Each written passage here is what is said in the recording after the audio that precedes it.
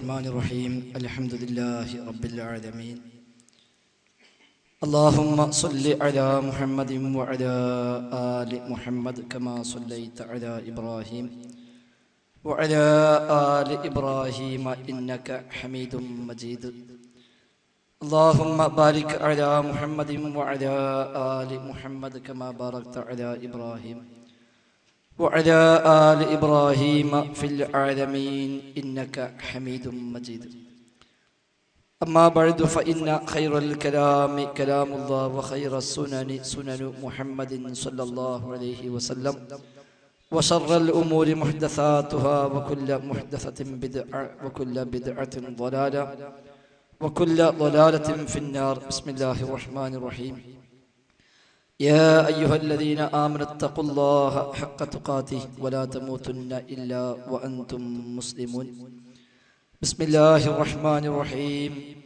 إياك نعبد وإياك نستعين اهدنا الصراط المستقيم ബഹുമാന്യരായ വിശ്വാസിനികളെ, സഹപ്രവർത്തകരെ, അല്ലാഹു സുബ്ഹാനഹു വ തആലയുടെ നിയമനിർദ്ദേശങ്ങൾ പരമാവധി പാലിക്കാൻ ശ്രമിച്ചുകൊണ്ട് മുത്തഖീങ്ങളായി ജീവിക്കണേ എന്ന് പ്രത്യേകമായി ശ്രദ്ധയിൽപ്പെടുത്തുന്നു. ഇങ്ങനെ ഒരു ആദർശ വിശദീകരണ സംരംഭം സംഘടിപ്പിക്കാനുള്ള സാഹചര്യം സൂചിപ്പിക്കപ്പെട്ടു.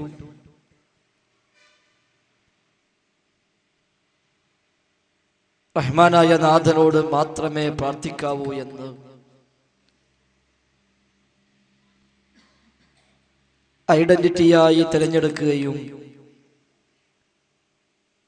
ഏത് എതിർപ്പുകളെയും തരണം ചെയ്തുകൊണ്ട് അത് സമൂഹത്തിൽ പ്രചരിപ്പിക്കാൻ അഹോരാത്രം പരിശ്രമിക്കുകയും ചെയ്യുന്ന ഒരു കൂട്ടായ്മയിലെ അംഗങ്ങളെ കുറിച്ച്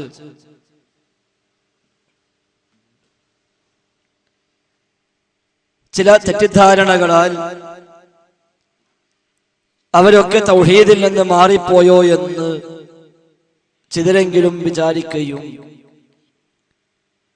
അങ്ങനെ വിശ്വസിപ്പിക്കാൻ ഗൂഢമായ ചില ശ്രമങ്ങൾ ബാഹ്യമായ ശക്തികളിൽ നിന്ന് ഉണ്ടാവുകയും ചെയ്യുന്ന സാഹചര്യത്തിലാണ് അത്തരമൊരു ആശങ്കക്കും വക ഇല്ല എന്ന് വ്യക്തമാക്കാനായി ഇതുപോലൊരു പ്രോഗ്രാം നാം സംഘടിപ്പിച്ചത്. ഇന്നലെ വരെ സജീവമായി തൗഹീദിന് വേണ്ടി ഇറങ്ങിത്തിരിച്ച തങ്ങളുടെ മക്കളും MSM-ലെയും ISM-ലെയും ഒക്കെ പ്രവർത്തകരായ ചുറുചുറുക്കുള്ള ചെറുപ്പക്കാരും ഒരു സുപ്രഭാതത്തിൽ അല്ലാഹു അല്ലാത്തവരോട് തേടാമെന്ന് തേടിയാ ശിർക്കല്ല എന്ന് വിശ്വസിക്കുന്നുവോ എന്ന തെറ്റിദ്ധാരണ ആർക്കെങ്കിലും ഉണ്ടെങ്കിൽ അത്തരമൊരു ധാരണയെ ആവശ്യമില്ല എന്ന് വ്യക്തമാക്കാൻ വേണ്ടി മാത്രമാണ് ഇത്തരമൊരു പരിപാടി. അല്ലാതെ ജിന്നിനോടും തേടാമെന്ന് പറയാൻ, ജിന്നിനോട് സഹായം തേടിയ ശിർക്കല്ല എന്ന് പറയാനല്ല ഈ പ്രോഗ്രാം. ഇത്രയും കാലം നാം ശിർക്ക് എന്ന് ഏതിനെ കുറിച്ചെല്ലാം പറഞ്ഞുവോ അതെല്ലാം അങ്ങനെ തന്നെ ഇന്നും വിശ്വസിക്കുന്നു. ശിർക്ക് തന്നെയാണ് ആ കാര്യങ്ങൾ മുഴുവനും. ഇയ്യാക നഅ്ബുദു വ ഇയ്യാക നസ്തഈൻ എന്ന നാഥ നിന്നെ മാത്രം ആരാധിക്കുന്നു, നിന്നോട് മാത്രം സഹായമർത്ഥിക്കുന്നുവെന്ന സ്ഥാനത്ത് ഏതൊരു സൃഷ്ടി പ്രതിഷ്ഠിക്കപ്പെട്ടാലും അത് മരിച്ചുപോയ മഹാന്മാരാണെങ്കിലും ജീവിച്ചിരിക്കുന്ന മഹാന്മാരാണെങ്കിലും കല്ലുകളോ മരങ്ങളോ അമ്പിയാക്കളോ ഔലിയാക്കളോ മലക്കുകളോ ജിന്നുകളോ ശുഹദാക്കളോ സ്വാലിഹികളോ ആരാണെങ്കിലും ശരി, ആ സ്ഥാനത്ത് പ്രതിഷ്ഠിക്കപ്പെട്ടാൽ അവയെല്ലാം അവരോടുള്ള പ്രാർത്ഥന തന്നെയാണ്, ശിർക്ക് തന്നെയാണ്, സംശയിക്കാൻ വകയില്ല നമുക്ക് ആ രംഗത്ത്. കാരണം അങ്ങനെ പ്രാർത്ഥിക്കപ്പെടാൻ അർഹനായുള്ളവൻ അല്ലാഹു തആല മാത്രമാണെന്ന് യാതൊരു സംശയത്തിനും ഇടവില്ലാത്ത വിധം വിശുദ്ധ ഖുർആനും തിരുസുന്നത്തും നമ്മെ പഠിപ്പിച്ചു. അദൃശ്യമാർഗത്തിൽ ഗുണം ചെയ്യുവാനും ദോഷം വരുത്തി വെക്കുവാനും, ഒന്നുകൂടി മാറ്റി പറഞ്ഞാൽ കാര്യകാരണ ബന്ധങ്ങൾക്ക് അതീതമായി ഗുണദോഷങ്ങൾ വരുത്തിവെക്കുവാൻ, അഭൗതികമായ വഴിയിൽ സഹായിക്കാനും ദോഷങ്ങൾ വരുത്തുവാനുമെല്ലാം സാധിക്കുന്നവൻ റഹ്മാനായ റബ്ബ് മാത്രമാണ്. ആ റബ്ബല്ലാത്ത ഒരു സൃഷ്ടിക്കും തന്നെ അത്തരമൊരു കഴിവേ ഇല്ല, അത്തരമൊരു സാധ്യതയേ ഇല്ല. അതുകൊണ്ട് നമ്മുടെ തേട്ടങ്ങൾ ഒരിക്കലും ആ ഒരു പടപ്പുകളിലേക്കും പോയി കൂടാ, മറിച്ച് റഹ്മാനായ റബ്ബിലേക്ക് മാത്രമേ പോകാവൂ എന്ന അടിസ്ഥാന ആദർശത്തിൽ തന്നെയാണ് നാം ഓരോരുത്തരും ഉള്ളത്. തെറ്റിപ്പോയി എന്ന്, വഴിമാറിപ്പോയി എന്ന് തെറ്റിദ്ധരിച്ച രക്ഷിതാക്കളും സഹപ്രവർത്തകന്മാരും ഉണ്ടെങ്കിൽ ഒരിക്കലും ഇല്ല എന്ന കാര്യം ആമുഖമായി തന്നെ ആവർത്തിച്ച് വ്യക്തമാക്കുകയാണ്. അങ്ങനെ ഒരു വഴിമാറ്റം ഒരിക്കലും ഉണ്ടായിട്ടില്ല, ഉണ്ടാകാവതല്ല, ഉണ്ടാകാൻ സമ്മതിക്കാവതുമല്ല. കാരണം നമ്മുടെ എല്ലാം സിരകളിലൂടെ ഓടിക്കൊണ്ടിരിക്കുന്ന ചിന്തയും രക്തവുമെല്ലാം ഈ തൗഹീദ് കലർന്നതാണ്. റഹ്മാനായ റബ്ബിനെ മാത്രം ആരാധിക്കുക എന്ന, അവനോട് മാത്രം സഹായം തേടുക എന്ന, അവനോട് മാത്രം പ്രാർത്ഥിക്കുക എന്ന ആ ഒരു ആദർശം, അതിനു വേണ്ടിയാണല്ലോ, ആ ആദർശ പ്രബോധന രംഗത്താണല്ലോ നമ്മളൊക്കെ ഒരുപാട് ത്യാഗങ്ങൾ ഭൗതികമായി സഹിക്കാനും ഏറ്റുവാങ്ങാനും തയ്യാറായത്. അതുകൊണ്ട് തന്നെ ആ ആദർശ വഴിയിൽ നിന്നുള്ള ഒരു വഴിമാറ്റം ഒരിക്കലും ഉണ്ടായിക്കൂടാ, ഉണ്ടായിട്ടില്ല, ഉണ്ടാകാവതല്ല. ഉണ്ടാകുമോ എന്ന കാര്യത്തിൽ നാം ഭയപ്പെടേണ്ടതുണ്ട്. കാരണം ലോകത്ത് വന്ന അമ്പിയാക്കളെല്ലാം ആ ശിർക്കിനെ ഭയപ്പെട്ടവരും ശിർക്കിലേക്ക് പോകുമോ എന്ന് ശങ്കിച്ചവരും ആ ശിർക്കിന്റെ വഴിയിലേക്ക് എത്തിപ്പെടാതിരിക്കാൻ തൗഫീഖിനായി റഹ്മാനായ നാഥനോട് പ്രാർത്ഥിച്ചവരുമാണ്. ലോകത്ത് സൃഷ്ടികളിൽ 2ാം സ്ഥാനത്താണല്ലോ ഇബ്രാഹിം നബി അലൈഹി സ്വലാത്തു വസ്സലാം. ആ ഇബ്രാഹിം നബിയുടെ ദുആ, വജ്നുബ്നി വബനിയ അൻ നഅ്ബുദൽ അസ്നാം, അല്ലാഹുവേ ഞാനും എൻ്റെ മക്കളും വിഗ്രഹങ്ങളെ ആരാധിക്കുന്ന അവസ്ഥയിൽ നിന്ന് നീ ഞങ്ങളെ കാക്കണേ, അകറ്റണേ എന്ന് പ്രാർത്ഥിച്ചവരാണ് ഇബ്രാഹിം നബി അലൈഹി സ്വലാത്തു വസ്സലാം. യൂസുഫ് നബിയുടെ പ്രാർത്ഥന സൂറത്ത് യൂസുഫിൽ കാണാം, തവഫനി മുസ്ലിമ വഅൽഹിഖ്നി ബിസ്സാലിഹീൻ, നാഥാ നീ എന്നെ മുസ്ലിമായി മരിപ്പിക്കണേ, വഅൽഹിഖ്നി ബിസ്സാലിഹീൻ, സ്വാലിഹീങ്ങളോട് നീ എന്നെ ചേർക്കണേ എന്ന് പ്രാർത്ഥിച്ചവരാണ് യൂസുഫ് നബി സ്വല്ലല്ലാഹു അലൈഹി വസല്ലം. യാക്കൂബ് നബി സ്വല്ലല്ലാഹു അലൈഹി വസല്ലം വഫാത്തിന്റെ സമയത്ത് പോലും മക്കളെ വിളിച്ചു ചേർത്ത് അവരോട് ചോദിച്ച ചോദ്യം സൂറത്തുൽ ബഖറയിൽ അല്ലാഹു തആല പരിചയപ്പെടുത്തി, അം കുൻതും ശുഹദാ ഇദ് ഹദറ യാക്കൂബൽ മൗത്ത് ഇദ് ഖാല ലിബനീഹി മാ തഅബുദൂന മിൻ ബഅദി. മക്കളെ, പിതാവിന്റെ കാലശേഷം ഏതൊരു ആരാധനയാണ് പറഞ്ഞു വന്നത്? തൗഹീദാണ് നമ്മുടെ ഏറ്റവും മുഖ്യമായ ആദർശം. ആ തൗഹീദിന് വിരുദ്ധമായ ഒരാശയവും സ്വീകരിക്കൽ പോയിട്ട് അത് ആലോചിക്കാൻ പോലും കഴിയാത്തവരാണല്ലോ മുജാഹിദുകളായ നാം ഒക്കെ. അതുകൊണ്ട് തന്നെ ഒരിക്കലും ഇപ്പോഴുണ്ടായ ഈ പുതിയ വിവാദങ്ങളും ചർച്ചകളും നമുക്കിടയിൽ ഉണ്ടാകാനേ പാടില്ലാത്തതായിരുന്നു എന്ന കാര്യത്തിൽ സംശയമില്ല. ഇത്തരമൊരു തർക്കവും ഇത്തരമൊരു ചർച്ചക്കും ഒരു പ്രസക്തിയുമില്ലാത്ത വിധം ആ തൗഹീദ് കൃത്യമായി അടിയുറച്ച് ആ രംഗത്ത് എന്തെല്ലാം പ്രയാസങ്ങളും ത്യാഗങ്ങളും സഹിക്കേണ്ടി വന്നാലും അതെല്ലാം സഹിക്കാൻ തയ്യാറായി ഇറങ്ങിപ്പുറപ്പെട്ട നമുക്കിടയിൽ ഒരിക്കലും ഈ ചർച്ച വരാൻ പാടില്ലായിരുന്നു. പക്ഷേ 2002 സംഘടന മാറിപ്പോയ ആളുകൾ അവർ ചില സ്വാർത്ഥ താല്പര്യങ്ങൾക്കായി അവരുണ്ടാക്കിയ പുതിയ ചില വ്യാഖ്യാനങ്ങളെ അടിച്ചേൽപ്പിക്കാൻ ശ്രമിക്കുകയും അത് സ്വീകരിക്കാത്തവരെല്ലാം അന്ധവിശ്വാസികളായും അത് സ്വീകരിക്കാത്തവരെല്ലാം ശിർക്കിലേക്ക് പോയവരായും ശിർക്കിന്റെ പ്രചാരകരായും പ്രചരിപ്പിക്കുകയും അങ്ങനെ അത് എഴുതിയും പ്രസംഗിച്ചും നാട് നീളെ പ്രചരിപ്പിച്ചിട്ടും അത് ആളുകൾ സ്വീകരിക്കുന്നില്ല, വിശ്വസിക്കുന്നില്ല എന്ന് ബോധ്യമായപ്പോൾ ഒന്ന് രണ്ട് ചാരന്മാരെ ഇതിനുള്ളിലേക്ക് കടത്തിവിട്ട് അവരെ കൊണ്ടത് പ്രചരിപ്പിച്ചിട്ട് പുറത്തു നിന്ന് ചെയ്തിട്ട് ഏശാത്ത ആ ഒരു ശ്രമം ഉള്ളിൽ കയറിക്കൂടി ചെയ്യാനുള്ള ഒരു ശ്രമം അവൾ നടത്തിയെന്ന് നമുക്കിപ്പോൾ ബോധ്യമാവുകയാണ്. ആ ശ്രമത്തിൽ ഒരു പരിധിവരെ വിജയിച്ചുവെന്നാണ് ഇപ്പോഴുള്ള ഈ വിവാദങ്ങൾ കാണുമ്പോൾ നമുക്ക് മനസ്സിലാക്കാൻ സാധിക്കുന്നത്. അതല്ലാതെ മറ്റൊന്നും യഥാർത്ഥത്തിൽ ഇവിടെ സംഭവിച്ചിട്ടില്ല. നാം കഴിഞ്ഞ 10 വർഷം അവരുടെ പ്രബോധന ശൈലി പരിശോധിച്ചാൽ നമുക്ക് കാര്യം മനസ്സിലാവും. 2002 മുതൽ ഈ 2012 വരെയുള്ള 10 കൊല്ലത്തെ മടവൂർ വിഭാഗം ആളുകളുടെ പ്രബോധന പ്രവർത്തനങ്ങൾ പരിശോധിച്ചാൽ ആകെ 3-4 ആളുകളാണ് കേരളം മൊത്തം ഓടി നടന്ന് പ്രസംഗിക്കാണ്ടായിരുന്നത്. അല്ലാത്തൊരാൾക്കും വേദി ഇല്ല, അല്ലാത്തൊരാൾക്കും സ്റ്റേജ് ഇല്ല, അവരാരും പ്രസംഗിക്കുന്നില്ല. ആകെ പ്രസംഗിക്കുന്നത് ഏതെങ്കിലുമൊക്കെ ചെമ്മാട്ടുകാരോ അതേപോലെ മൊറയൂരുള്ള ഒരു മദനിയോ ഇങ്ങനെയുള്ള 2-3 ആളുകൾ അവരാണ് ആകെ പ്രസംഗിക്കാനുള്ളത്. അവരുടെ പ്രസംഗമോ ഈ 10 കൊല്ലത്തെ അവരുടെ പ്രസംഗം മുഴുവൻ പരിശോധിച്ചാലും ജിന്നും സിഹറുമല്ലാത്ത മറ്റൊരു വിഷയം ഇന്നേ വരെ അവർ കൈകാര്യം ചെയ്തിട്ടില്ല എന്ന കാര്യം തീർച്ചയാണ്.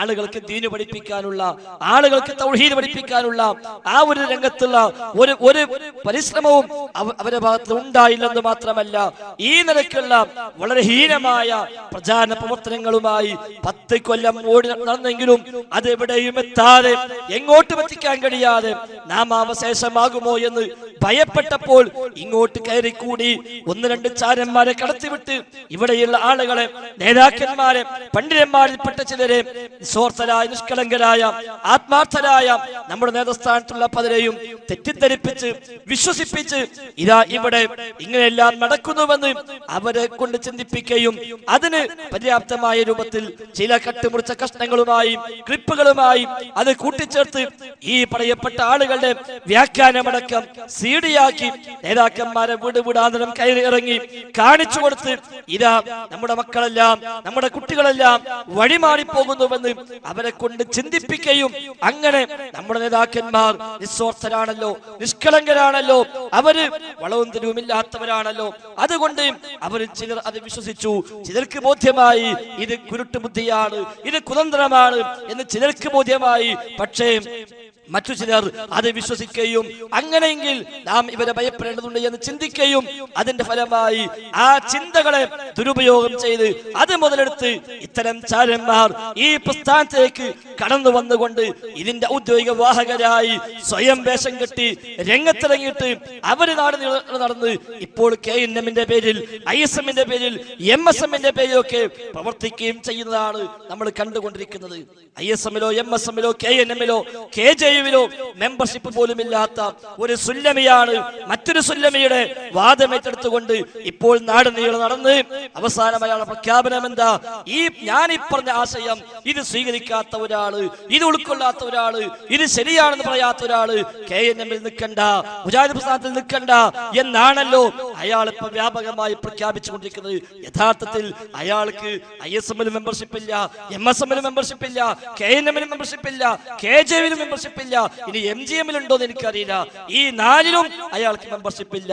ആ മനുഷ്യനാണ് നാട് നീളെ ഇറങ്ങി എല്ലാ വേദിയിലും കയറിയിട്ട് ഇപ്പൊ പറയാ 2-3 മണിക്കൂർ പ്രസംഗിക്കുക, എന്നിട്ട് പറയാ ഇത് സ്വീകരിക്കാത്തവരാരോ ഓല് ഇവിടെ നിൽക്കണ്ട, ഓല് പോയിക്കോളീന. ആരായി പറയുന്നത്?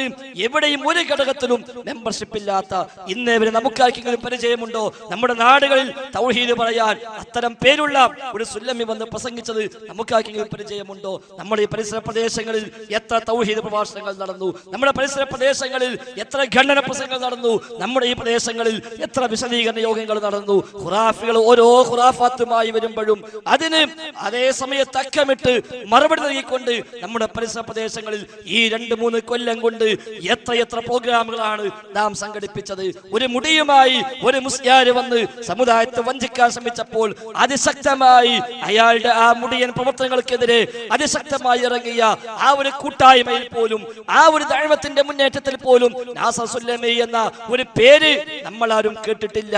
മറിച്ച് മടവൂരുകളെ പിന്നാലെ നടന്ന് മുജാഹിദ് പ്രസ്ഥാനത്തിനെതിരെ ശിർക്ക് ആരോപിച്ച് നമ്മളെല്ലാം ശിർക്കിലാണ് എന്ന് വിശ്വസിച്ച് അത് പ്രചരിപ്പിച്ച് നടന്ന ഒരു പേരായിട്ടായിരുന്നു നമുക്കത് പരിചയമുണ്ടായിരുന്നത്. 2-3 കൊല്ലങ്ങൾക്ക് മുമ്പ് വരെ 2010 ആദ്യ ഭാഗം വരെ അയാൾ മടവൂരി വിഭാഗത്തിലാണ് ഉണ്ടായിരുന്നത്. അന്ന് അയാൾ പ്രസംഗിച്ചത് എന്താ? നമ്മളെല്ലാം ശിർക്കിലേക്ക് പോയി, നമ്മളെല്ലാം മുശ്രിക്കായി, നമ്മളെല്ലാം തൗഹീദിനെ വ്യതിചലിച്ചുവെന്ന് മടവൂരിൽ നിൽക്കുമ്പോൾ അയാൾ പറഞ്ഞുകൊണ്ടിരിക്കുന്നു. അവസാനം ആ പറച്ചില് ആരും വിലവെക്കുന്നില്ല എന്ന് മനസ്സിലായപ്പോ 2009 അവസാനത്തിലാണ് എന്നതിന്റെ ഓർമ്മ അദ്ദേഹം ഇങ്ങോട്ട് കടന്നു വന്നുവെന്ന് പ്രഖ്യാപിക്കുകയാണ്. അങ്ങനെ ഇവിടെ വേദികളിൽ പ്രത്യക്ഷപ്പെട്ടു. എന്നിട്ടും നമ്മുടെ നാടുകളിൽ ഒരു തൗഹീദ് പറയാൻ, ഒരു ബിദ്അത്തിനെതിരെ സംസാരിക്കാൻ, ഒരു ശിർക്കിനെതിരെ സംസാരിക്കാൻ നാം അയാളെ കണ്ടിട്ടില്ല. അവസാനം ഇപ്പൊ ഏതാനും മാസങ്ങൾക്ക് മുമ്പ് റിയാദിൽ നിന്ന് അയാള് ഖുറൂജ് അടിച്ച് തിരിച്ചു പോന്നു. യഥാർത്ഥത്തിൽ അതും വല്ലാത്തൊരു രേഖപ്പെടുത്തപ്പെടേണ്ട ചരിത്രം തന്നെയാണ്. സാധാരണഗതിയിൽ ഏത് നാട്ടിലും ഏത് സ്ഥാപനത്തിലും ജോലി ചെയ്ത മനുഷ്യന്മാര് യാത്ര പറഞ്ഞു പോകുമ്പോഴെങ്കിലും എല്ലാവരും ഒന്ന് പൊരുത്തപ്പിടിച്ച് സന്തോഷത്തോടെ കെട്ടിപ്പിടിച്ചിട്ടാണല്ലോ പറഞ്ഞയക്കാറുള്ളത്. ഇയാൾ യാത്ര പറഞ്ഞ് ഇയാൾക്ക് വേണ്ടി സംഘടിപ്പിച്ച യാത്രാപ്രയോഗത്തിൽ വെച്ച് പോലും അടിയും കിട്ടിയിട്ടാ തിരിച്ചു പോരുന്നത് എന്നതാണ് ഇയാളുടെ പ്രത്യേകത. ഒരു പക്ഷെ ലോകത്ത് തുല്യതയില്ലാത്ത ഒരു ചരിത്രമായിരിക്കാം അത്. യാത്രാപ്രയോഗത്തിൽ വെച്ച് തല്ലിട്ടുക എന്ന് പറഞ്ഞാൽ ലോകത്തെവിടെ നമ്മൾ കേട്ടിട്ടില്ല. എന്തെല്ലാം പോരായ്മണ്ടെങ്കിലും അതൊക്കെ പൊരുത്തപ്പെട്ട് എല്ലാം മാപ്പാക്കി നല്ല നിൽക്കാനുള്ള ഒരാൾ പറഞ്ഞയക്കാറുള്ളത്. ഇത് അങ്ങനെ പറഞ്ഞയച്ചതല്ല, മറിച്ച് ഈ സൂചിപ്പിച്ച രൂപത്തിലാണ് അവിടുന്ന് വിമാനം കയറുന്നത്. എന്നിട്ട് ഇവിടെ വന്നിട്ട് KNM വേദിയിൽ പ്രത്യക്ഷപ്പെട്ട് ഞാൻ ആ ഒറിജിനൽ മുജാഹിദ്, എനിക്ക് മാത്രമേ ദീൻ പറഞ്ഞിട്ടുള്ളൂ, വേറൊരാൾക്കും ദീന് പറഞ്ഞിട്ടില്ല എന്ന് പറഞ്ഞ് ഇറങ്ങി പുറപ്പെടുകയാ. നാട് നീളെ ഇപ്പൊ തൗഹീദ് പറയാൻ, ഈ ദീന് പറയാൻ ഇയാൾക്ക് മാത്രമാണത്രേ അവകാശവും അർഹതയുള്ളത്. അതല്ലാത്ത രണ്ടാമതൊരാള് നമ്മൾ കാണുന്നില്ലല്ലോ. വേറെ 2-3 ആളുകളുണ്ടെങ്കിലും അത് പൊതുവേദിയിൽ ക്ലിപ്പിട്ട് ഇറപ്പാക്കി പോകാന്നല്ലാതെ ജനങ്ങളിലേക്ക് വരാന്, ചോദ്യങ്ങൾക്ക് മറുപടി പറയാന്, വിശദീകരിക്കുവാന്, അങ്ങനെ കൃത്യമായി ദീന് പഠിപ്പിക്കാന് അവരെ നമ്മൾ കാണുന്നില്ല. ഇയാളും 1-2 വേദിയിലൊക്കെ വന്നപ്പോ സംശയം ചോദിക്കാൻ അവസരം ഉണ്ടായിരുന്നു. പിന്നെ മൂപ്പർക്ക് തോന്നി സംശയം ചോദിച്ചാൽ സംഗതി ബുദ്ധിമുട്ടാണ്. അതുകൊണ്ട് ഇപ്പൊ മൂപ്പർ തീരുമാനം എന്താ? ആദ്യം പറഞ്ഞു എഴുതി തന്നാ മതി, ചോദിക്കണ്ടാന്ന. പിന്നെ എഴുത്തും പ്രയാസമായി മാറി. അപ്പൊ പറഞ്ഞു ഒരുപാട് സംശയങ്ങൾക്ക് ഉണ്ടാവും, ഒരു 2 മണിക്കൂർ ഞാനോട് പ്രസംഗിക്കാം, അപ്പൊ എല്ലാ സംശയം തീരുന്ന. 2 മണിക്കൂർ പ്രസംഗിച്ചിട്ട് മൂപ്പരെന്നെ പറയാ നിങ്ങളെ സംശയമൊക്കെ തീർന്നു, എനിക്കറിയാം, നമ്മൾ പിരിഞ്ഞു പോവുക എന്ന് പറഞ്ഞ് പിരിഞ്ഞു പോവുകയും ചെയ്യുക. ഇന്നും അയാൾ പകല് ഒരു വിശദീകരണ യോഗം നടത്തി. ചോദ്യം ചോദിക്കാൻ അവസരമില്ല, എഴുതി കൊടുക്കാന്നാ പറഞ്ഞത്. ശരി, അവസാനം കുട്ടികൾ ചോദ്യക്കപ്പാട് എഴുതി കൊടുത്തു. മൂപ്പര് പറഞ്ഞ് കുറെ ചോദ്യമുണ്ട്, ഇതെല്ലാം കൂടി പറഞ്ഞാൽ നേരം വൈകും, അതുകൊണ്ട് ഞാൻ കൊണ്ടുപോയിട്ട് ഇൻഷാ അല്ലാഹ് ഞങ്ങൾ പിന്നീട് പറഞ്ഞുതരാം എന്ന് പറഞ്ഞ് മൂപ്പര് അത് മാറ്റി പോയി. ഇവിടെയും അതാണല്ലോ സംഭവിച്ചത്. 10 മണി വരെ മൂപ്പരാട് പ്രസംഗിച്ചു. പിന്നെ സംശയത്തിന് കാര്യമായ അവസരമൊന്നുമില്ല. 1-2 ചോദ്യത്തിന് ചാൻസ് കൊടുത്തുന്നല്ലാതെ അതിൽ തന്നെ കാര്യമായ ചോദ്യം വന്നപ്പോഴോ ഞങ്ങൾ നമ്പർ തരി, നിങ്ങളൊന്ന് വിളിക്ക്, ഞാനത് നോക്കിയിട്ട് പറയാം എന്ന് പറഞ്ഞിട്ട് പിന്നെ വിളിച്ചിട്ട് എന്തേ ഉണ്ടായി ആ ആളുകളോട് ചോദിച്ചാലും മതി. അപ്പൊ യഥാർത്ഥത്തിൽ ഇവരൊന്നും ദീന് പഠിപ്പിക്കാനുള്ള ആ താല്പര്യത്തിലോ ആ രീതിയിലോ അല്ല കടന്നു വന്നത് എന്ന് മനസ്സിലാക്കാൻ പ്രയാസമേതുമില്ല. മറിച്ച് ഇതിനുള്ളിൽ കയറിക്കൂടി ചാരപ്പണിയെടുത്ത് ഇവിടെ തൗഹീദ് പറയാനും ദഅവത്ത് നടത്താനും ദീനിയായി നേതൃത്വം നൽകാനും ആരെല്ലാമാണ് മുമ്പിലുള്ളത് അവരെ മുഴുവനും ശിർക്ക് ആരോപിച്ചുകൊണ്ട് അവരെല്ലാം അന്ധവിശ്വാസത്തിലേക്ക് പോയി എന്ന് തെറ്റിദ്ധരിപ്പിച്ചുകൊണ്ട് നാട് നീളെ പ്രചാരണ പ്രവർത്തനങ്ങളുമായി ഇറങ്ങി പുറപ്പെട്ട് വസ്വാസ് ഉണ്ടാക്കാൻ ഇറങ്ങിയ ഒരു ചാരനാണ് ഇയാള് എന്ന് മനസ്സിലാക്കാൻ നമുക്കിനി പ്രയാസമേതുമില്ല. അതുകൊണ്ട് അത് വിശ്വസിച്ച് അത് പെട്ടുപോയിക്കൊണ്ട് നമ്മളെ കുട്ടികളൊക്കെ തൗഹീദിന് പോയി എന്ന്, ഞങ്ങളെ മക്കളൊക്കെ ശിർക്കിലേക്ക് പോയി എന്ന്, ജിന്നിന്റെ പിന്നാലെ കൂടി എന്ന് തെറ്റിദ്ധരിച്ച രക്ഷിതാക്കളെ ഇനിയെങ്കിലും ആ യാഥാർത്ഥ്യം മനസ്സിലാക്കി, ഇല്ല നമ്മുടെ മക്കൾ ആരും പോയിട്ടില്ല എന്ന് തിരിച്ചറിഞ്ഞ് ആ മക്കളെ വിശ്വസിച്ച് തൗഹീദിന്റെ ദഅ്വാ രംഗത്ത് ഒത്തൊരുമിച്ച് തോളോട് തോൾ ചേർന്ന് പഴയതിനേക്കാളും സജീവമായി ഇറങ്ങാൻ നാം തയ്യാറാവണം. റഹ്മാനായ നാഥൻ അനുഗ്രഹിക്കുമാറാവട്ടെ. ഇൻഷാ അല്ലാഹ് ബാക്കി നമസ്കാര ശേഷം സഹോദരന്മാരെ പറഞ്ഞു വന്നത്, തൗഹീദി പ്രബോധന മേഖലയിൽ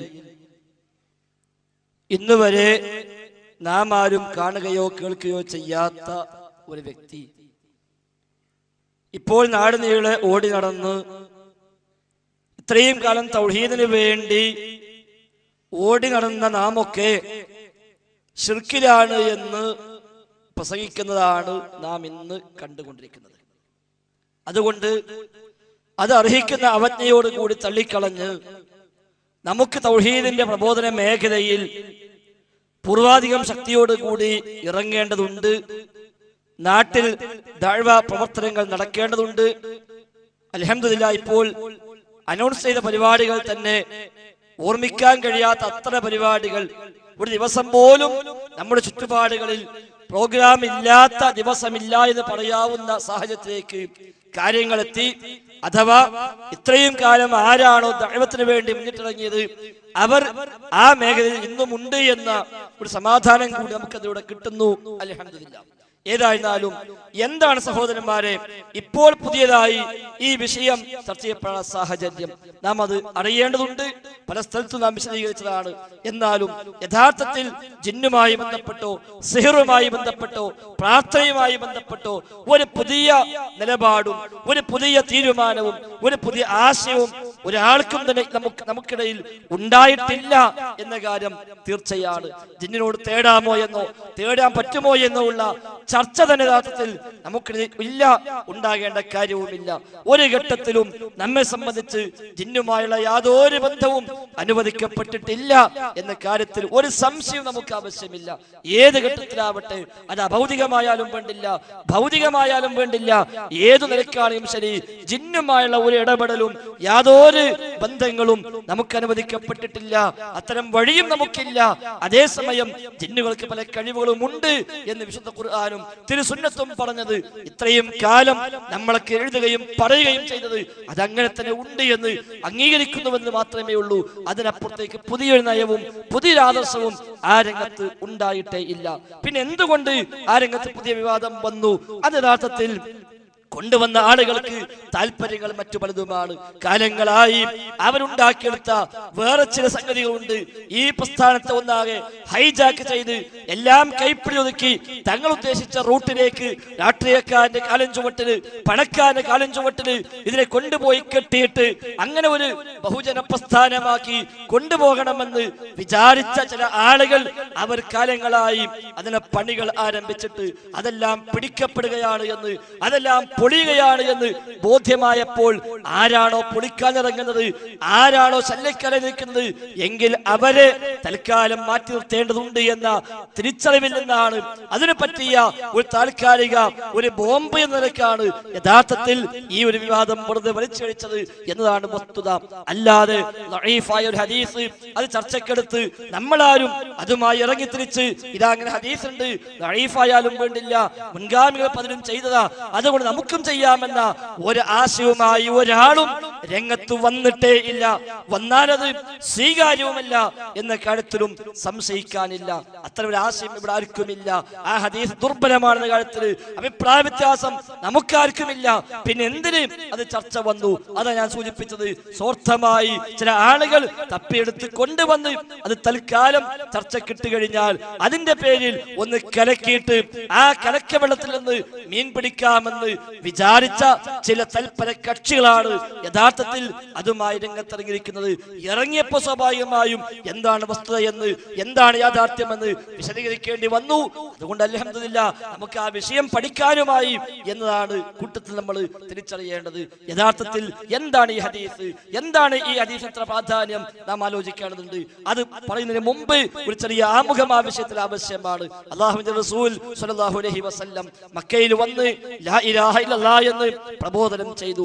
റബ്ബിനെ ആരാധിക്കാവൂ എന്ന്, അവനോടെ പ്രാർത്ഥിക്കാവൂ എന്ന്, അവനോടെ സഹായമർത്ഥിക്കാവൂ എന്ന്, ഇയ്യാക നഅ്ബുദു വ ഇയ്യാക നസ്തഈൻ എന്ന ആയത്തും സമാനമായ ആയത്തുകളും പഠിപ്പിച്ചു കൊടുത്തുകൊണ്ട് റബ്ബിനോട് മാത്രമേ സഹായാർത്ഥന ഉണ്ടാകാവൂ, തേടാവൂ, പ്രാർത്ഥിക്കാവൂ എന്ന് അബൂജഹലിനെയും അനുയായികളെയും അല്ലാഹുവിന്റെ റസൂൽ സ്വല്ലല്ലാഹു അലൈഹി വസല്ലമ പഠിപ്പിക്കാൻ ശ്രമിച്ചു. അവിടെ അബൂജഹൽ പറയാത്തൊരു വാദം, അബൂലഹബ് പറയാത്തൊരു വാദം നമ്മുടെ നാട്ടിൽ ഇതേ ആശയവുമായി നാം ഇറങ്ങിയപ്പോൾ ഇവിടെ ഇവിടെയുള്ള സമസ്തക്കാര് പറഞ്ഞു എന്നതാണ് കാര്യങ്ങളുടെ തുടക്കം. ചില ആളുകളൊക്കെ വിചാരിക്കുന്നു ഈ ഒച്ചയും ബഹളും എല്ലാം കൂടെ ആയപ്പോ ചിലരൊക്കെ ഇപ്പൊ ചോദിക്കുന്നുണ്ട്, നമുക്ക് എന്തിനാ മൗലവി ഈ ഭൗതികം അഭൗതികം എന്ന ഈ വാക്കൊക്കെ, എന്തിനാ ഈ കാര്യകാരണ ബന്ധം എന്ന പദപ്രയോഗമൊക്കെ, അതൊക്കെ ഒഴിവാക്കിയാ പോരെ എന്ന് പലരും ചോദിക്കുന്നുണ്ട്. നമ്മൾ മാത്രമുള്ള ഒരു നാടാണെങ്കിൽ നമുക്ക് ഈ പദങ്ങളെ ആവശ്യമില്ല, ഈ പദപ്രയോഗം ചർച്ച ചെയ്യേണ്ട കാര്യമേ നമുക്കില്ല. കാരണം അള്ളാഹിനോട് പ്രാർത്ഥിക്കാന്ന് പറഞ്ഞാൽ ഏതാ ഈ പ്രാർത്ഥന, എപ്പോഴാ പ്രാർത്ഥന ആകുക എന്ന് ബുദ്ധിയുള്ളൊരു മനുഷ്യൻ ചോദിക്കൂല. എല്ലാവർക്കും അറിയാം ഏതാണ് പ്രാർത്ഥന എന്ന്, തർക്കമില്ലാതെ എല്ലാ മനുഷ്യന്മാരും സമ്മതിക്കുന്നു. എന്നാൽ അന്ന് അബൂജഹൽ പോലും പറയാത്ത വാദവുമായി ചില മുസ്ലിയാക്കന്മാർ നമ്മുടെ നാട്ടിൽ രംഗത്ത് വന്നു. അവർ ചില പുതിയ വാദങ്ങൾ കൊണ്ടുവന്നു. അതെ, അള്ളാഹുവിന്റെ റസൂല് റബ്ബിനോട് ദുആ ചെയ്യാവൂ എന്ന് പറഞ്ഞപ്പോൾ അബൂജഹലും കൂട്ടരും എതിർത്തു. എന്താ എതിർക്കാൻ കാരണം? അബൂജഹലിന്റെ വാദം ഞങ്ങൾ ദുആ ചെയ്യുന്നു ലാത്തയോട് എന്നാണ്, ഞങ്ങൾ ദുആ ചെയ്യുന്നുണ്ട് ഉസ്സയോട് എന്നാണ്, ഞങ്ങൾ അവരെ ആരാധിക്കുന്നുണ്ട്, അത് ഇബാദത്താണ്, ആ ഇബാദത്ത് ചെയ്യേണ്ടതാണ് എന്നതാണ് അബൂജഹലിന്റെ വാദം. അതാണല്ലോ മാ നഅ്ബുദുഹും ഇല്ലാ ലിയുഖർരിബുനാ ഇലല്ലാഹി സുൽഫാ, ഞങ്ങൾ ഇവരെ ആരാധിക്കുന്നത് റബ്ബിലേക്ക് ഞങ്ങൾ അടുപ്പിക്കുവാൻ വേണ്ടിയാണ് എന്ന് മക്കത്തെ മുശ്രിക്കുകൾ വാദിച്ചു. അപ്പോൾ ലാത്തയെയും ഉസ്സയെയും ഞങ്ങൾ ആരാധിക്കുന്നുണ്ട് എന്നാ അവര് പറഞ്ഞത്. ആരാധിക്കുന്നുണ്ട്, ദുആ ചെയ്യുന്നുണ്ട്, ഞങ്ങളുടെ ഈ തേട്ടം പ്രാർത്ഥനയാണ്, അത് അവർക്കുള്ള ആരാധനയാണ്, അത് ചെയ്യേണ്ടതാണ്. കാരണം ലൈസത് ലനാ അഹ്ലിയത്തുൽ ഇബാദത്തില്ലാ. തഫ്സീർ റാസിയിൽ വിശദീകരിക്കപ്പെട്ടു, മക്കയിലെ മുശ്രിക്കുകളുടെ വാദം ഞങ്ങൾക്ക് അല്ലാഹുവിനെ ആരാധിക്കാനുള്ള യോഗ്യതയില്ല, അർഹതയില്ല, അതുകൊണ്ട് അർഹതപ്പെട്ടവരെ ഞങ്ങൾ ആരാധിക്കുന്നു, അവർ റബ്ബിനെ ആരാധിക്കുന്നു എന്നാണ് മക്കത്തെ മുശ്രിക്കിന്റെ വാദം. അതുകൊണ്ട് നിങ്ങളുടെ ആ ന്യായം ശരിയല്ല, ആ ഇബാദത്ത് റബ്ബിലേക്ക് മാത്രം പോകേണ്ടതാണ് എന്നാണ് അല്ലാഹു റസൂലിനെ പഠിപ്പിച്ചത്. നമ്മുടെ നാട്ടില് അല്ലാഹുവില്ലാത്തവർ പ്രാർത്ഥിക്കുന്ന ശൈലി സമസ്തക്കാര് കൊണ്ടുവന്നപ്പോൾ നാം അവരിലേക്ക് ഇറങ്ങി അവരോട് പറഞ്ഞു, സമൂഹമേ ഇത് ശിർക്കാണ്, നാദറിൽ പങ്കു ചേർക്കലാണ്, ഇത് അവരോടുള്ള പ്രാർത്ഥനയാണ്, ഇത് ന്യായമല്ല എന്ന് പറഞ്ഞപ്പോൾ നമ്മുടെ നാട്ടിലെ മുസ്ലിയാക്കന്മാര് പറഞ്ഞെന്താ, ഞങ്ങൾ പ്രാർത്ഥിക്കുന്നുണ്ട് എന്നല്ല, ഞങ്ങൾ ആരാധിക്കുന്നുണ്ട് എന്നല്ല, മറിച്ച് ഞങ്ങൾ പ്രാർത്ഥിക്കുന്നില്ല, ഞങ്ങൾ ആരാധിക്കുന്നില്ല, ഞങ്ങൾ ചെയ്യുന്നത് പ്രാർത്ഥനയല്ല. മുഹീദ്ദീൻ ശൈഖിനോട്, റിഫായി ശൈഖിനോട് ഞങ്ങളാരും ദുആ ചെയ്യുന്നില്ല, ഞങ്ങൾ ഇസ്തിഗാസ മാത്രമാണ് ചെയ്യുന്നത്, സഹായം തേടുക മാത്രമാണ് ചെയ്യുന്നത്, ആ സഹായത്തേട്ടം ദുആ അല്ല, അത് പ്രാർത്ഥനയല്ല എന്നാണ് ഇവർ വാദിച്ചത്. ചെയ്ത പണിയോ പ്രാർത്ഥന തന്നെയും.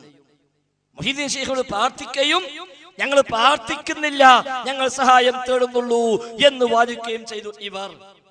മക്കത്തെ മുസ്ലിങ്ങളോട് അവർക്ക് പഠിപ്പിച്ച തത്വങ്ങളിൽ അവരത് സ്വീകരിച്ച് ഇങ്ങോട്ട് പോന്ന മുഅ്മിനീങ്ങളായി മാറിയെങ്കിൽ, അല്ലാഹുവിന്റെ റസൂൽ മദ്യപിക്കാൻ പാടില്ല എന്ന് പറഞ്ഞപ്പോൾ അവരാരും ഞങ്ങൾ മദ്യപിക്കുന്നില്ല എന്ന് പറഞ്ഞിട്ടില്ല, മദ്യപിക്കുന്നുണ്ട്, അത് പാടില്ല എന്ന് പറഞ്ഞപ്പോൾ ഉൾക്കൊള്ളാൻ കഴിയുന്നവർ ഉൾക്കൊണ്ടു, അവർ വിരമിച്ചു. എന്നാൽ ഒരാളോട് ഇന്നത്തെ കാലത്ത് കള്ളു കുടിക്കാൻ പാടില്ല എന്ന ആയത്തോടും അയാൾ പറയാ, ഞാൻ കുടിക്കുന്ന മദ്യമൊന്നുമല്ല എന്ന് പറഞ്ഞിട്ട് അയാൾ കുടിച്ചുകൊണ്ടേയിരിക്കുന്നു, സാധനമോ മദ്യം തന്നെയാണ് താനും. അയാൾ പറയും ഞാൻ മദ്യം കഴിക്കുന്നില്ല എന്ന് പറഞ്ഞാൽ പിന്നെ നമുക്ക് അയാൾ ആയത്തോതേണ്ട ബാധ്യതയല്ല. മദ്യപിക്കാൻ പാടില്ല അയാൾ സമ്മതിക്കുന്നു, പക്ഷെ ഞാൻ കഴിക്കുന്ന മദ്യമല്ല എന്ന അയാളുടെ വാദം. അപ്പൊ പിന്നെന്താ നമുക്കുള്ള ബാധ്യത? നീ കഴിക്കുന്നത് മദ്യം തന്നെയാണ് എന്ന് സ്ഥാപിച്ചു കൊടുക്കുകയാണ് പിന്നെ നമുക്കുള്ള പണി. എന്നതുപോലെ ഞങ്ങൾ ദുആ ചെയ്യുന്നില്ല, ആരാധിക്കുന്നില്ല, അതുകൊണ്ട് ആ ആയത്തൊന്നും ഇങ്ങോട്ട് ഓതണ്ട, അതല്ല മക്കത്തെ മുശ്രിക്കുകൾക്ക് ഈ ആയത്താണ്, ഞങ്ങൾക്ക് ആ ആയത്ത് ബാധകമല്ല എന്നിവര് പറഞ്ഞപ്പോൾ സ്വാഭാവികമായി നമുക്ക് പറയേണ്ടി വന്നു, നിങ്ങൾ ഈ ചെയ്യുന്ന ഈ സഹായാർത്ഥ തന്നെയാണ് പ്രാർത്ഥന, ഇത് തന്നെയാണ് പ്രാർത്ഥന, ഇത് തന്നെയാണ് ദുആ. അതിനാൽ റബ്ബല്ലാത്തവരിലേക്ക് അത് പോകുമ്പോൾ ശിർക്ക് തന്നെയാണ് എന്ന് നമുക്ക് അവരെ പഠിപ്പിക്കേണ്ടി വന്നു. അവിടെയാണ് നമുക്ക് ഈ പദപ്രയോഗങ്ങൾ ആവശ്യമായി വന്നത്.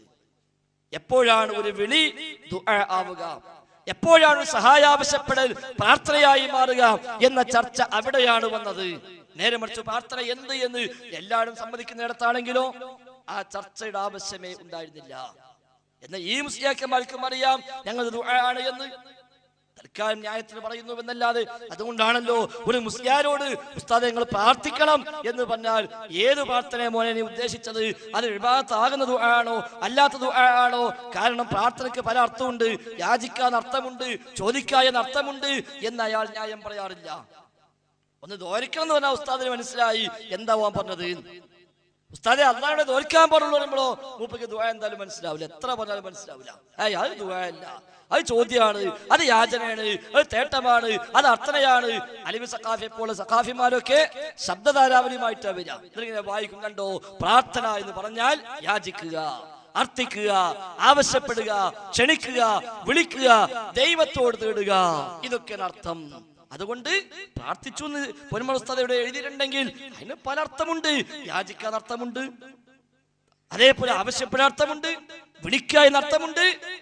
അപ്പോഴാണ് നമ്മളത് ചോദിച്ചത്, പോലീസ് സ്റ്റേഷനിൽ പോയിട്ട് ബൈക്ക് പെർമിഷൻ അപേക്ഷിച്ചു എന്നതിന് ഞാൻ പ്രാർത്ഥിച്ചു എന്ന് പറയാറില്ലല്ലോ. കല്യാണത്തിന് വിളിക്കുമ്പോൾ ഞാൻ എന്റെ കല്യാണത്തിന് എല്ലാവരോടും പ്രാർത്ഥിച്ചു എന്ന് പറയാറില്ലല്ലോ, മറിച്ച് എല്ലാവരെയും ക്ഷണിച്ചു എന്നല്ലേ പറയുക. എന്തിനാ മുസ്ലിയാക്കന്മാരെ തട്ടിപ്പ് എന്നാ നമ്മൾ പറഞ്ഞു കൊടുക്കാറുള്ളത്. ആ രംഗത്താണ് നമുക്ക് ഈ പദപ്രയോഗങ്ങൾ ആവശ്യമായി വന്നത്. കാരണം അവർ ചോദിച്ചു, അള്ളാഹിനോട് തേടാവൂ എന്നാണെങ്കിൽ നിങ്ങളുമില്ലേ രോഗം വന്നാൽ ഡോക്ടറെ പോയി കാണുന്നു, നിങ്ങളുമില്ലേ സാമ്പത്തിക പ്രയാസം വന്നാൽ സമ്പന്നരെ സമീപിക്കുന്നു, എങ്കിൽ അതും എതിരല്ലേ, അതും ശിർക്കാവണ്ടേ? സാധാരണക്കാരോട് സാധാരണക്കാരും ചോദിക്കുന്നത് പോലെ അസാധാരണക്കാരോട് അസാധാരണക്കാരും ചോദിക്കാം എന്ന അവരെ വകയൊരു വ്യാഖ്യാനവും. അപ്പോൾ നമ്മൾ പറഞ്ഞു, ഈ ചോദ്യമല്ല നിങ്ങൾ ചോദിക്കുന്ന ചോദ്യം. കാരണം ഈ ചോദ്യം ഭൗതികമായ സംവിധാനത്തിൽ സഹായിക്കാനുള്ള ആവശ്യപ്പെടലാണ്, കാര്യകാരണ ബന്ധത്തിന്റെ അടിസ്ഥാനത്തിലുള്ള ആവശ്യപ്പെടലാണ്.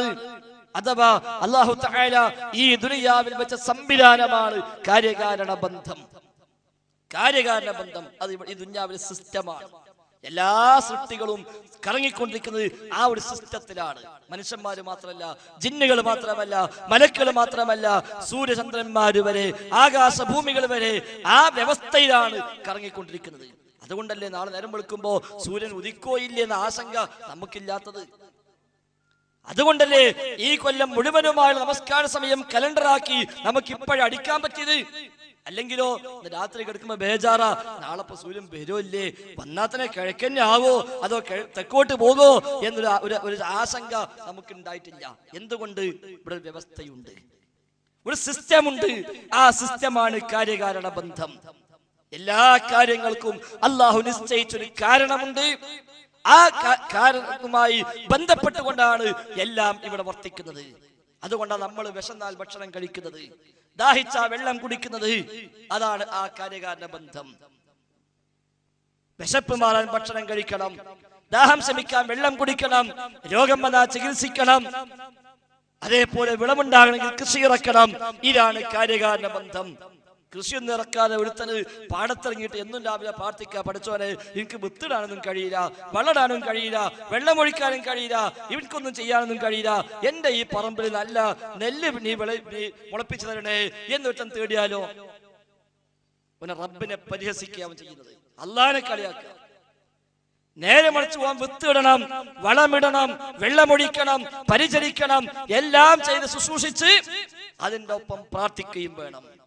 റസൂലുള്ളാഹിന്റെ പള്ളിക്ക് ആൾ കയറി വന്നിട്ട് ഒട്ടകത്തിനെ അഴിച്ചുവിട്ട് കയറിയപ്പോ ചോദിച്ചുവല്ലോ നബി തങ്ങൾ, എന്തേ ഒട്ടകത്തെ കെട്ടാത്തത്? ഞാൻ തവക്കുലാക്കിയതാണ്. എന്താ റസൂൽ പഠിപ്പിച്ചത്? ആദ്യം അതിനെ കെട്ടിയിട്, എന്നിട്ട് തവക്കുലാക്കുക. ആദ്യം കെട്ടിയിട്, പിന്നെ തവക്കുലാക്ക്. കെട്ടിയിടത് അഴിച്ചിട്ടിട്ട് അള്ളാനെ ഏൽപ്പിച്ചു എന്ന് പറഞ്ഞാൽ അത് റബ്ബിനെ ചോദ്യം ചെയ്യല, റബ്ബിനെ പരിഹസിക്കല. എന്നാ ഓൻ ചോദിക്കുക, എന്താ നബി നിങ്ങൾ പറയണത്? അള്ളാഹ്ക്ക് കഴിയില്ലേ? ഞാൻ കെട്ടിട്ടില്ലെങ്കിലും അതിനെ ഇവിടെ നിയന്ത്രിച്ചു റബ്ബിന് കഴിയില്ലേ? കഴിയും. പക്ഷെ ആ സിസ്റ്റം അല്ല അല്ലാഹ് ഈ ദുനിയാവിൽ നടപ്പാക്കുന്നത്. ഈ ദുനിയാവിൽ നടപ്പാക്കുന്നത് കാര്യകാരണ ബന്ധത്തിന്റെ അടിസ്ഥാനത്തിൽ മുമ്പോട്ട് നീങ്ങുക എന്ന സംവിധാനമാണ്. അപ്പൊ കെട്ടിയിടണം, എന്നിട്ട് തവക്കുലാക്കണം, ഭക്ഷണം കഴിക്കണം, എന്നിട്ട് പ്രാർത്ഥിക്കണം, വെള്ളം കുടിക്കണം, എന്നിട്ട് പ്രാർത്ഥിക്കണം, ചികിത്സിക്കണം, എന്നിട്ട് ദുആ ചെയ്യണം. അതാണ് ഇവിടുത്തെ സംവിധാനം. അള്ളാഹ്ക്ക് പഞ്ച രോഗം മാറ്റാൻ ഞാൻ ചികിത്സിക്കേണ്ട ആവശ്യമൊന്നുമില്ലല്ലോ, അതുകൊണ്ട് ഹോസ്പിറ്റലും പോകുന്നില്ല, ഡോക്ടറെ കാണുന്നില്ല, മരുന്ന് കഴിക്കുന്നില്ല, ഞാനിവിടെ ഇരിക്കട്ടെ, അല്ലാണ്ട് സുഖാക്കട്ടെ എന്ന് പറഞ്ഞാൽ സുഖാക്കുമെന്നല്ല അല്ലാഹ് പഠിപ്പിച്ചത്. നബി തങ്ങൾ പറഞ്ഞു, മാ അൻസലല്ലാഹു ദാഅൻ ഇല്ലാ അൻസലഹു ദവാഅ. പടച്ച റബ്ബ് ഏത് അസുഖം ഇറക്കിയിട്ടുണ്ടെങ്കിലും അതിനെല്ലാം മരുന്നും അല്ലാഹ് ഇറക്കിയിട്ടുണ്ട്. അതിനാൽ നബി തങ്ങൾ നമ്മളെ പഠിപ്പിച്ചു, ഫതദാവു, നിങ്ങൾ ചികിത്സിക്കണം എന്ന് നബി തങ്ങൾ പറഞ്ഞു. അത് കാര്യകാരണ ബന്ധമാണ്. ആ ബന്ധത്തിന്റെ സ്ഥാനത്തിലാണ് പക്ഷികളും മൃഗങ്ങളും എല്ലാം സഞ്ചരിച്ചു കൊണ്ടിരിക്കുന്നത്. അതുകൊണ്ട് ആ പക്ഷികൾ ഭക്ഷണം കഴിക്കുന്നു, പക്ഷികൾ ഇണചേരുന്നു, പക്ഷികൾ കൂടുകെട്ടുന്നു, പക്ഷികൾ അതിന്റെ ആയുസ് കഴിയുമ്പോൾ മരിച്ചു പോകുന്നു. മൃഗങ്ങളും അങ്ങനെ തന്നെയാണ്, മരങ്ങളും അങ്ങനെ തന്നെയാണ്, ആകാശഭൂമി അങ്ങനെ തന്നെയാണ്. എല്ലാം ആ വ്യവസ്ഥ പ്രകാരം പോയിക്കൊണ്ടിരിക്കുന്നു. അല്ലെങ്കിൽ നമുക്കൊന്നും ചെയ്യാൻ കഴിയില്ല. ഈ സിസ്റ്റം ഇല്ലെങ്കിൽ ഒന്നും ചെയ്യാൻ കഴിയില്ല. വിശ്വസിച്ച് ഒരു കൃഷിക്ക് പോകാൻ പോലും പറ്റൂല. പാടൊക്കെ ഉഴുത് തയ്യാറാക്കി നെല്ലൊന്നാകെ വിതച്ച് 4 ദിവസം കഴിഞ്ഞ് ചെല്ലുമ്പോണ്ടാവും കമ്മ്യൂണിസ്റ്റ് അപ്പം ഇങ്ങനെ മുളച്ചു വരുന്നത്. സിസ്റ്റം ഇല്ലെങ്കിൽ ഇനി കമ്മ്യൂണിസ്റ്റ് അപ്പം മുളച്ചാൽ തന്നെ ഒരു പക്ഷെ വളർന്നു വലുതായി വരുമ്പോ കാണാ അതിന്മേല് വല്ല മാങ്ങയോ വല്ല അടക്കയോ കായ്ക്കുന്നത്. അപ്പൊ പിന്നെ എന്താ ഈ കൃഷി നിർക്കാൻ പറ്റൂല. കാരണം എന്താ മുളക്കുക പറയാൻ പറ്റൂല. മുളച്ചാതായും എന്താ കായ്ക്ക പറയാൻ കഴിയില്ല. ഇവിടുത്തെ സിസ്റ്റം ഒന്നാകെ തെറ്റും, താളം തെറ്റും, ജീവിക്കാൻ കഴിയില്ല. അതുകൊണ്ട് അല്ലാഹു സംവിധാനം വെച്ചു. ആ സംവിധാനമാണ് കാര്യകാരണ ബന്ധം. മനുഷ്യന്റെ കണ്ണ്, മനുഷ്യന്റെ കാത്, മനുഷ്യന്റെ കാല്, മനുഷ്യന്റെ കയ്യ് എല്ലാം ഈ കാര്യകാരണ ബന്ധ സംവിധാനത്തിലാണ് ചലിച്ചുകൊണ്ടിരിക്കുന്നത്. കന്നുകാലികളും അങ്ങനെ തന്നെ, മലക്കുകളും അങ്ങനെ തന്നെ, ജിന്നുകളും അങ്ങനെ തന്നെ, എല്ലാ പടപ്പും അങ്ങനെ തന്നെയാണ്. അതുകൊണ്ട് ആ വഹയ് എത്തിക്കാൻ അല്ലാഹു തിരഞ്ഞെടുത്ത മലക്ക് ജിബ്രീൽ അലൈഹിസ്സലാത്തു വസ്സലാം. ജിബ്രീൽ എങ്ങനെയാ വഹയ് കൊടുക്കുക? ആകാശത്ത് അവിടെ നിന്നിട്ട് റസൂലുള്ളാഹിക്കാണ് കിട്ടട്ടെ എന്ന് വിചാരിക്കല്ല. അദ്ദേഹം അവിടുന്ന് വരുന്നു ഭൂമിയിലേക്ക്. ഭൂമിയിൽ വന്ന് റസൂലുള്ളാഹിയുടെ സമീപത്ത് വന്ന് ഒന്നുകിൽ മനുഷ്യരൂപത്തിൽ അല്ലെങ്കിൽ അശരീരിയായി നബി തങ്ങളുടെ മുമ്പിൽ പ്രത്യക്ഷപ്പെട്ട് സലാം ചൊല്ലി വർത്തമാനം പറഞ്ഞ് ആ വഹയിന്റെ വചനങ്ങൾ ഓതി കേൾപ്പിച്ച് തിരിച്ചു പോകുന്നു. അതാണ് കാര്യകാരണ ബന്ധം. പല നാടുകളിൽ നശിപ്പിക്കാൻ അല്ലാഹു തആല മലക്കുകളെ പറഞ്ഞയച്ചു. എങ്ങനെയാ നശിപ്പിച്ചത്? മലക്കുകൾ ആകാശലോകത്ത് നിന്നിട്ട് ഒരാൾ നശിക്കട്ടെ എന്ന് വിചാരിക്കല്ല, മറിച്ച് അവരാ നാട്ടിലേക്ക് വരുന്നു. ആ നാട്ടിൽ വന്നിട്ട് ഏത് ശിക്ഷയാണോ അല്ലാഹു തആല അവിടേക്ക് നൽകാൻ പറഞ്ഞത് ആ ശിക്ഷ നൽകുന്നു. ഒരു പക്ഷെ പർവ്വതം പൊക്കിയെടുത്ത് കൊണ്ടുചെന്ന് അവരെ മീതെ മറിച്ചിടുന്നു, അല്ലെങ്കിൽ ആ പ്രദേശം തന്നെ ഒന്നാകെ പൊക്കി അടിമേൽ മറിക്കുന്നു. അതാണ് കാര്യകാരണ ബന്ധം. എന്നാൽ ഒരു സമുദായത്തെ നശിപ്പിക്കാൻ അല്ലാഹുക്ക് മലക്കുകളെ അയക്കേണ്ട ആവശ്യമുണ്ടോ? ആവശ്യമില്ല. നശിക്കട്ടെ എന്ന് അല്ലാഹു ഉദ്ദേശിച്ചാൽ നശിക്കും. ഒരു മലക്കും വേണ്ട, ഒരു മലക്കും വേണ്ട. നശിക്കട്ടെ എന്ന് ഉദ്ദേശിച്ചാൽ മതി. നശിക്കും അവിടെ, ഒന്നും ആവശ്യമില്ല. ഖാറൂനെ ഭൂമിയിലേക്ക് ആഴ്ത്തി മലക്ക് വന്നിട്ടല്ല, നടന്നു പോകുമ്പോ ഭൂമിയാണ് പിളർന്നു, ഒരങ്ങ് താഴ്ന്നു പോയി. അല്ലാഹുവാണ് കുൻ ഫയകൂൻ, ഉണ്ടാവട്ടെ എന്ന് പറഞ്ഞാൽ അത് ഉണ്ടാകുന്നു. അത് കാര്യകാരണ ബന്ധമല്ല, അതിനപ്പുറമാണ്.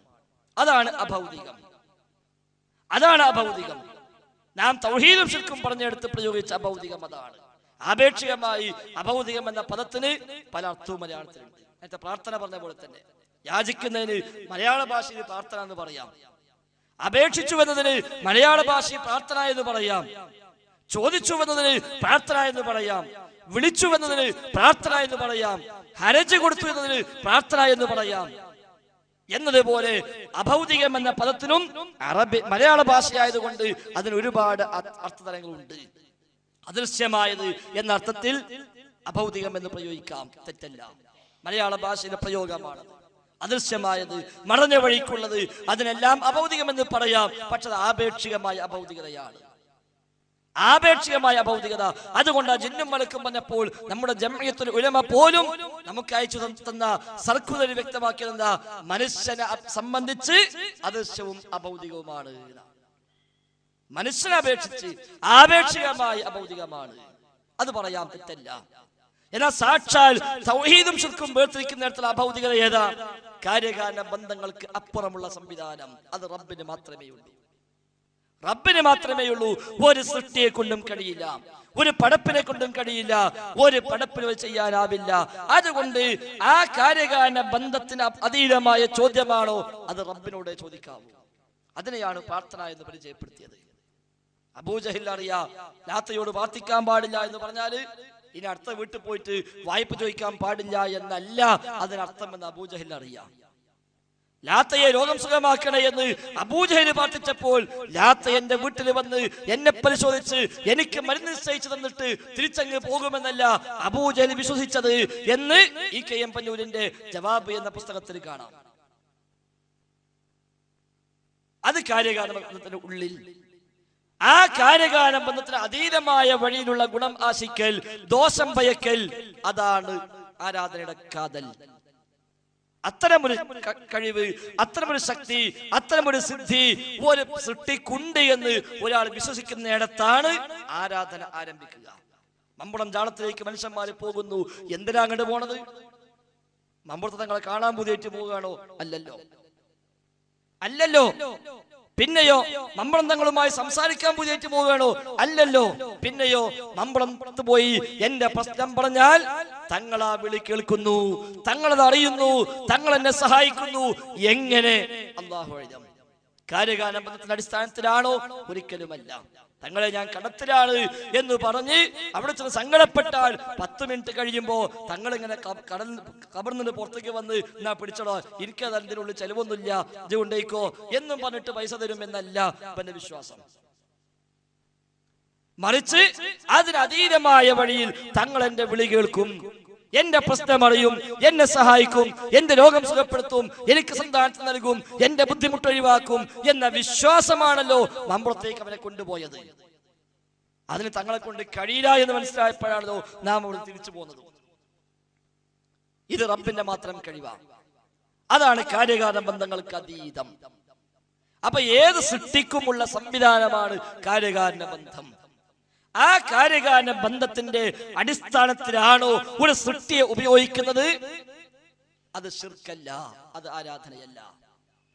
അതുകൊണ്ടാണ് മനുഷ്യനേക്കാൾ കഴിവുള്ള ആനയെയും അതേപോലെ പൂച്ചയെയും നായയെയും എല്ലാം പല മേഖലയിൽ നമുക്ക് ഉപയോഗപ്പെടുത്താൻ പറ്റുന്നത്. മനുഷ്യന് ഒരു നിലക്കും പിടുത്തം കിട്ടാത്ത കേസ് തുമ്പുണ്ടാക്കാൻ വേണ്ടി നായയെ കൊണ്ടുപോകുന്നു. മനുഷ്യന് അതീതമായ കഴിവാണ്, പക്ഷെ നായയുടെ കാര്യകാരണ ബന്ധത്തിനുള്ളിലാണ്. നായക്ക് 1, 2, 3 കിലോമീറ്റർ അപ്പുറത്തുനിന്ന് മണം പിടിക്കാൻ കഴിയുമെന്നാണ് പറയപ്പെടുന്നത്. അല്ലാഹു അഅലം. അതുകൊണ്ട് ഈ നായയെ പിടിച്ചു പോകുമ്പോൾ നമ്മൾ പറയാറില്ല എങ്ങോട്ടാ സാർ നായയുമായി? ഒന്നല്ല, ഞാൻ നായയെ കൊണ്ട് മണം പിടിപ്പിക്കുക, 1 കിലോമീറ്റർ അപ്പുറത്തുള്ള മണം നായക്ക് കിട്ടും, ഇത് ശിർക്കാണ് എന്ന് നമ്മൾ പറയുന്നില്ല. കാരണം എന്താ? ഇത് കാര്യകാരണ ബന്ധത്തിന്റെ അടിസ്ഥാനത്തിലാണ്. എന്നാൽ ലോകത്ത് എവിടെ കള്ളനുണ്ടെങ്കിലും എന്റെ നായക്ക് ആ മണം കിട്ടുന്നതാണെങ്കിലോ കഴിഞ്ഞു, ശിർക്കായി. ആ വിശ്വാസം തന്നെ ശിർക്കായി. നമ്മേക്കാൾ കാഴ്ചശക്തിയുണ്ട് പൂച്ചക്ക്, അതുണ്ടെന്ന് ചോദിച്ചാൽ ഒരു കുഴപ്പമില്ല. നമ്മേക്കാൾ വേഗത്തിൽ സഞ്ചരിക്കുന്ന ധാരാളം ജീവികൾ ലോകത്തുണ്ട്.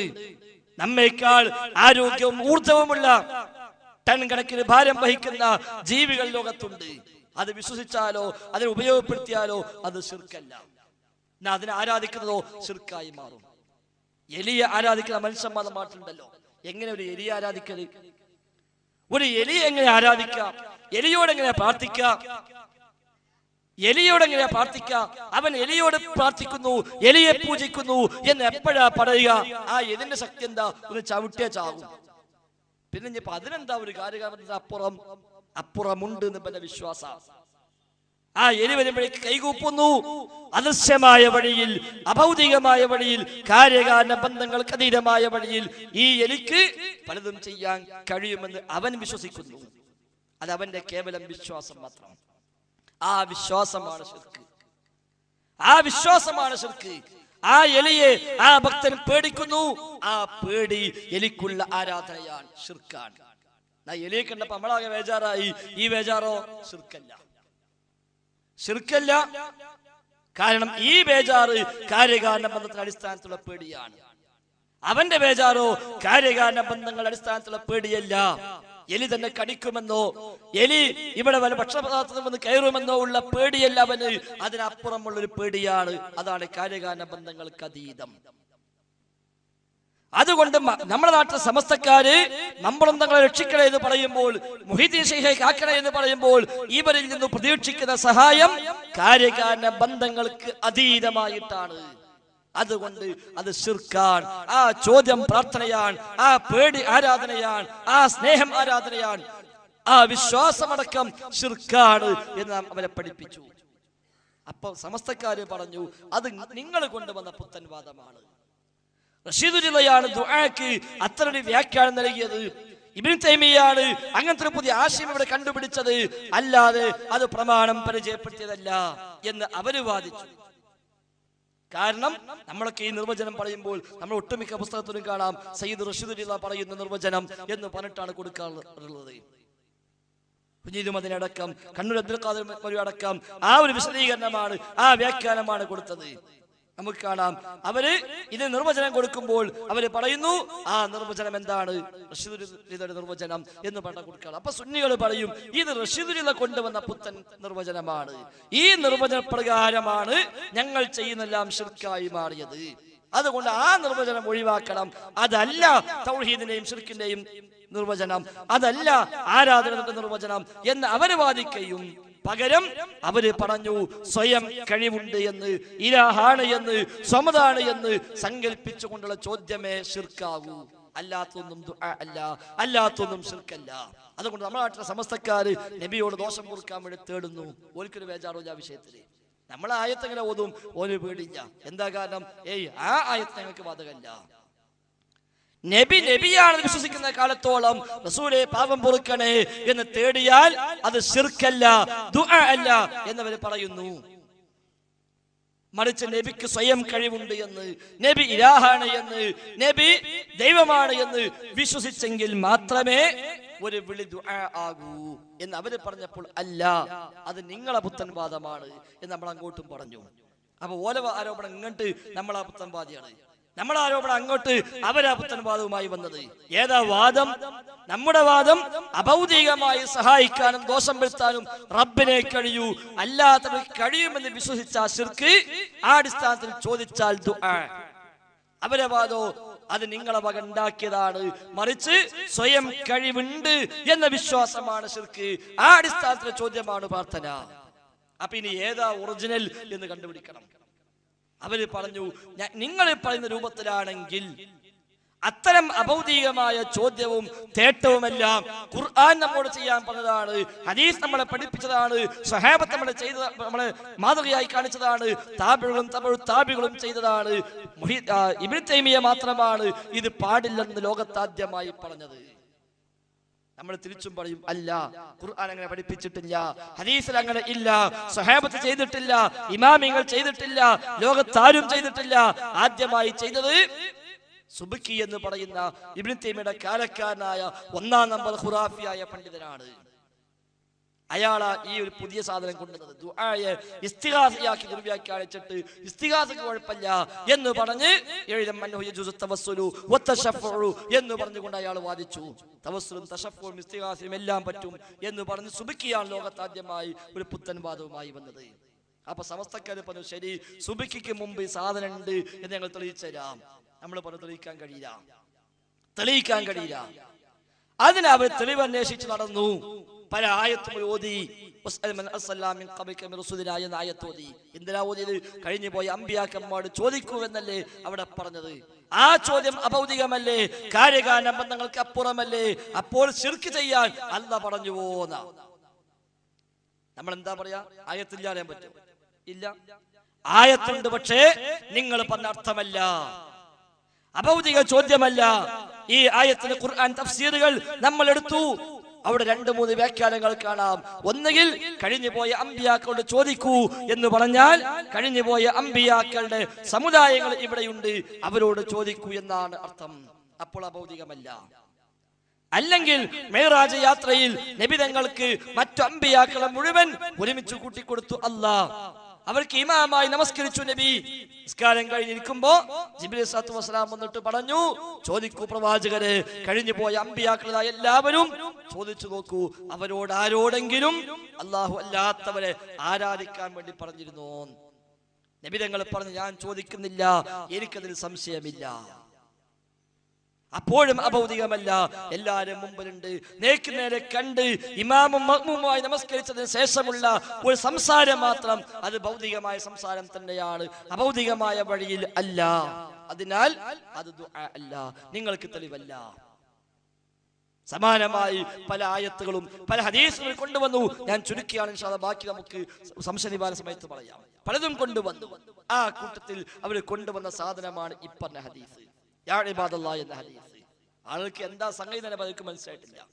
എന്താ ഈ സാധനം, എന്താ ഈ ഹദീസ്, ഏതോ ദഈഫ് ഹദീസ് ഇറങ്ങിയിരിക്കുന്നത് എന്നാണ് ആളുകൾ മനസ്സിലാക്കിയത്. യഥാർത്ഥ എന്താ ഈ സംഗതി? ഇമാം തബറാനിയും ബൈഹഖിയും അതേപോലെ ഇബ്നു സുന്നയും അബൂ യഅലയും ബസ്സാറും ഇബ്നു അബീ ശൈബയും മുദ്രിച്ച ഒരു ദുർബലമായ റിപ്പോർട്ട്, ദഈഫായ റിപ്പോർട്ട്, സ്വഹീഹല്ലാത്ത, നബി തങ്ങൾ പറഞ്ഞുവെന്ന് സ്ഥിരപ്പെട്ടിട്ടില്ലാത്ത ഒരു റിപ്പോർട്ട്. 3 രൂപത്തിൽ അതിന്റെ പദപ്രയോഗങ്ങൾ വന്നു. ഒന്ന്, നബി തങ്ങൾ പറഞ്ഞുവെന്ന റിപ്പോർട്ടിലുള്ളത് പക്ഷെ സ്വഹീഹല്ല. നിങ്ങൾ ആരെങ്കിലും ഒരു ആളില്ലാത്ത പ്രദേശത്ത് എത്തിപ്പെടുകയും നിങ്ങളുടെ യാത്രാമൃഗം ചാടിപ്പോവുകയും ചെയ്താൽ അള്ളാഹുവിന്റെ അടിമകളെ അതിനെ തടഞ്ഞു വെക്കൂ എന്ന് പറഞ്ഞുകൊള്ളുക. കാരണം ഭൂമിയിൽ ഹാജരായ ചില അടിമകൾ അള്ളാഹുവിനുണ്ട്, അവർ അതിനെ തടഞ്ഞു വെക്കും. അതാണ് ഒരു ഹദീസ്, സ്വഹീഹല്ല. രണ്ടാമതൊന്ന്, നിങ്ങൾ വിജനപ്രദേശത്ത് എത്തിപ്പെടുകയും വഴി തെറ്റുകയോ ഒരാവശ്യം നേരിടുകയോ ചെയ്താൽ കൂട്ടുകാരും അവിടെ ഇല്ലെങ്കിലും അള്ളാന്റെ അടിമകളെ എന്നെ സഹായിക്കൂ എന്ന് പറഞ്ഞുകൊള്ളുക. തീർച്ചയായും നാം കാണാത്ത ചില അടിമകൾ അള്ളാഹുവിനുണ്ട്. ഇതാണ് രണ്ടാമത്തെ പദം. ഈ ഹദീസാണ് ഇവർ തെളിവാക്കിയത്. അവർക്ക് എങ്ങനെ തെളിവായത്?